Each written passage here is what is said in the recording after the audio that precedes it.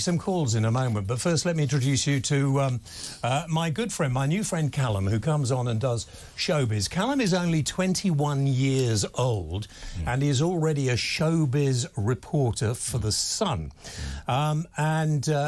He did an interview with me last week. Yes. Was it last week? It was a few days ago. We've got a big story coming out in The Sun sometime next week. You just to check that I hadn't died and everything else. Is it? Basically, no, it was a good update on your health. We spoke to the dean as well. You've come out. Really lovely chat. We did, didn't we? Yes. Muscles off. We were talking for about an hour, weren't we? Yeah.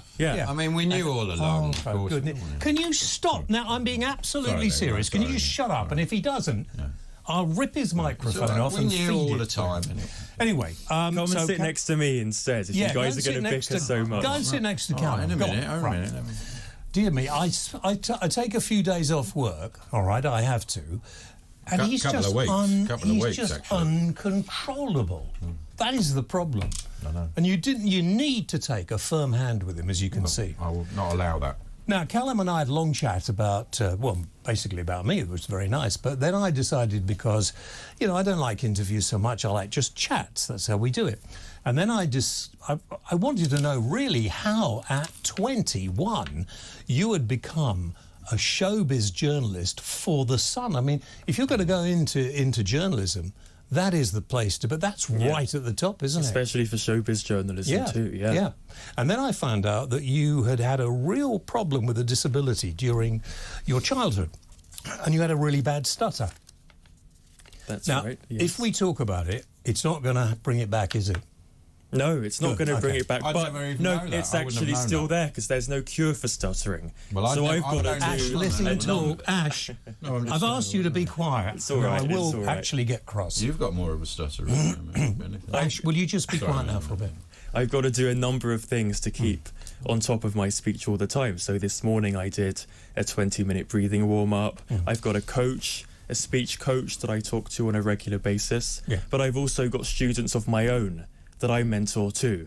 So you could compare it to Alcoholics Anonymous, for example, in the way that you have a sponsor and you support each other. And, well, do you want me to go into the McGuire Program and the work that I do with that? Or in a moment. I want to play this clip first of all, which is fascinating. Here. I remember always being told in my school reports that I should put my hands up more. And the most frustrating part was I did have so much to say, but I would rather people think I didn't know the answer to the teacher's questions. Something that really stands out to me is when my maths teacher asked me for my name in front of my whole class, and I got really nervous. I just couldn't say Callum. The teacher said he can't even say his own name, and made a joke out of it so that everyone would laugh, which is really why I want to make this video, to raise awareness about stuttering. Was I smiling? Callum is with us now. Callum is one of the showbiz journalists from The Sun, and he's only 21 years old, and he had a stutter when he was at school. And how many of us, I'm sure a lot of us can probably say, we knew people that stuttered at school, and we were probably just as bad at having a laugh or taking the mick, which is the worst thing you can do. I never did that. Which is the worst thing you can do. But you got over it, so you can't, as you pointed out, you can't get over it, but you can handle it. And there's this, you told me about it before, tell us all about it now. The McGuire, was it? That's right, the McGuire Program. So when I was 15, so back in 2018, I heard about an amazing organisation called the McGuire Program, and they run 3-night residential courses all around the world for people who stutter. It's the largest self-help organisation for stutterers globally. And I went along to a course in Wembley. I was taught how to breathe and speak again using my costal diaphragm as opposed to my crural diaphragm. So the average Have you got more than one diaphragm? I didn't know. Can you not well, make a joke it's out of this? No, I'm not making the costal a joke. part of the diaphragm. Right, so the average fluent speaker like yourself will speak with the crural part of your diaphragm. Okay. And with the costal diaphragm, it doesn't contract in response to fear. So stuttering, it's argued by many people that it's 100% psychological. So the way that it works, or the way that it's believed to work, because there are still many questions around stuttering, it begins with fear. So you believe you can't say that word. So for me, it was my name. Really struggled saying Callum. Because it's got a k. That's always difficult, isn't it? Well, it's because it's psychological. It's the one thing that you can't change. So I used to change words around in a sentence all the time. If you asked me, what's your favourite foods, I would pick something completely different because it was just about being able to get through that moment and being able to not look like you're strange or one thing I different. noticed is when you're doing your stories, and sometimes I like interrupt, like James points out. You're reading and you won't stop. You'll keep reading and then I've realised, but that's obviously that's part of your training. Is just I'm just going to keep going with this till I've finished. It and then do it. So no, but it's all right to chat and to have a group discussion to do that. That's totally I'd never fine. have known. I mean, do you remember Gareth Gates? He started. And then when Gareth he sang, Gates is on the McGuire Program too. Did so you that's get it where with singing? he got. Can you sing and not get it at all? You know. Yeah, there was never any. It's weird, isn't it? There was never any stuttering when I sang, So and that's the it is a interesting part of the thing. brain. That just suggests it's a part of the brain. So actually, Gareth is on the McGuire Program as well. 3-night residential courses that are run all over the world, taught to breathe with the costal diaphragm. So essentially it begins with fear. You believe you're going to stutter, or as we use the term, block on a word due to previous negative speaking experiences with that word.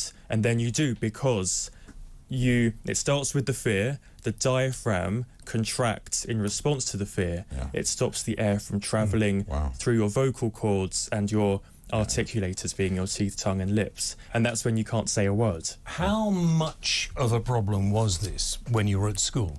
I think for lots of other people, they may not have known that I had a stutter or have a stutter, because as I said, I would change words around in a sentence, I would substitute words I couldn't say for ones that I could, I would avoid situations that I knew was going to push me speech-wise. I would not put my hand up in class, and I think when it became apparent was when I was asked for my name, or when I was asked for my phone number or my address, or something that I can't change. Did Gareth Gates take the stigma away a bit from it? Because if someone I think he did a really, really good thing for stuttering, because he put it into the public eye. And I think before that, people would laugh about it.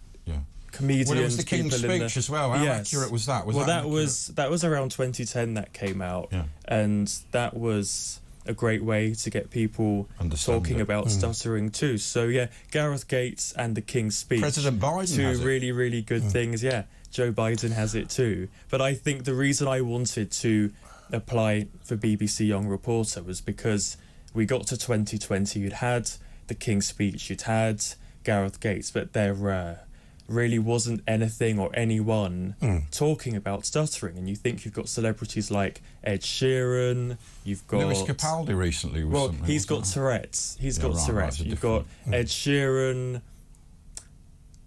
You've got Nicole Kidman, you've got Stormzy, I was talking to Mel B recently and she spoke to me about her stutter. People don't realise. You've got lots of celebrities, Kylie Minogue, Samuel L. Jackson, some really, really big stars that you would never know. Seems to come with talent in some ways, doesn't it? But I like to think I'm in good company. Because you're a good writer. You're a good writer. Thank you very much. Is it a problem, and I asked you this before and you said no, but I think a lot of people would be embarrassed. And so when somebody stutters, they try to pretend they haven't noticed. Yes. When it's a bit like having cancer, and quite often people try to pretend it isn't there, and it actually makes it worse. Did you find that? I think it's important to talk about something you're going through, whatever it may be. I think before I joined the McGuire Program, I would never talk to anyone about stuttering because I was embarrassed of it. I was ashamed.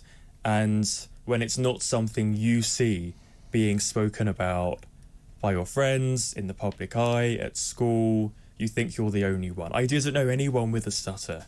I was the only person that I knew with one. So I think when I joined the programme and became a part of this huge community, thousands and thousands of people that I now know who stutter around the world, that really gave me the confidence to start talking about my own speech and to push myself and to do things like this to raise awareness about it on TV, on radio. Yeah, I mean, I'm really glad we talked about it at that time, and I think this has been very useful, because this is something that can actually ruin somebody. My voice is going.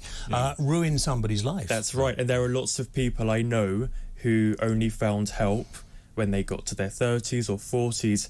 They had already completely decided what career they were going to do. You get people that decide to be lorry drivers, for example, because they think I won't have to talk to anyone during the day. And affects your life. I was just really, really lucky that I got help when I was a teenager. And now with the breathing warm-ups I do, with the support groups I attend, I'm off to a course next month in Milton Keynes where I will coach others, because actually by coaching it helps yourself as well.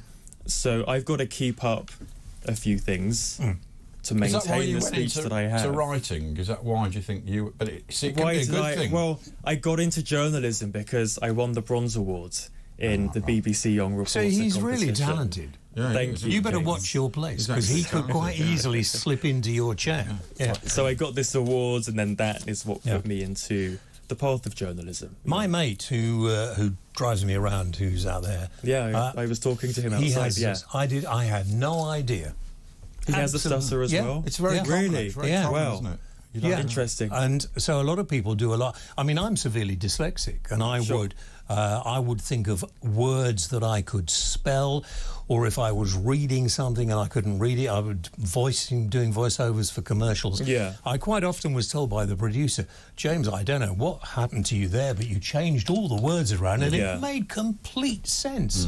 So you do actually mentally compensate for all these sorts of things, don't you? But now I don't do that, because I've got the tools, I've got the techniques, I've got the costal breathing. Now I can say my name, I can say my phone number, my address. What is that? Well, it's just taking a deep breath, really. Holding That's it through your nose and releasing it. And I do paused timing, I do paused breathing, timed pauses rather, timed pauses every morning. So I can do that up to a minute. And when we've been a minute 30, I think. Talking about it now, have you had to think about what you're saying and think about not stuttering? No, because I have control of my speech because of everything I do. And I would be a bad example to my students if I were changing words around, substituting words, because the whole aim of the McGuire Programme is to say exactly what you want to say when you want to say it, and to not have to go for anything less, because that was what I used to do, and that was horrible. Callum, you're going to come back later and do some showbiz news? Okay, I thought I was doing it now. Oh, are you doing it now? I'm doing it another time. No. Well, we can do it after the news, because we're going to head to the news, and we'll take some calls when we come back. 0344 499 1000. And thank you very much indeed, Julie.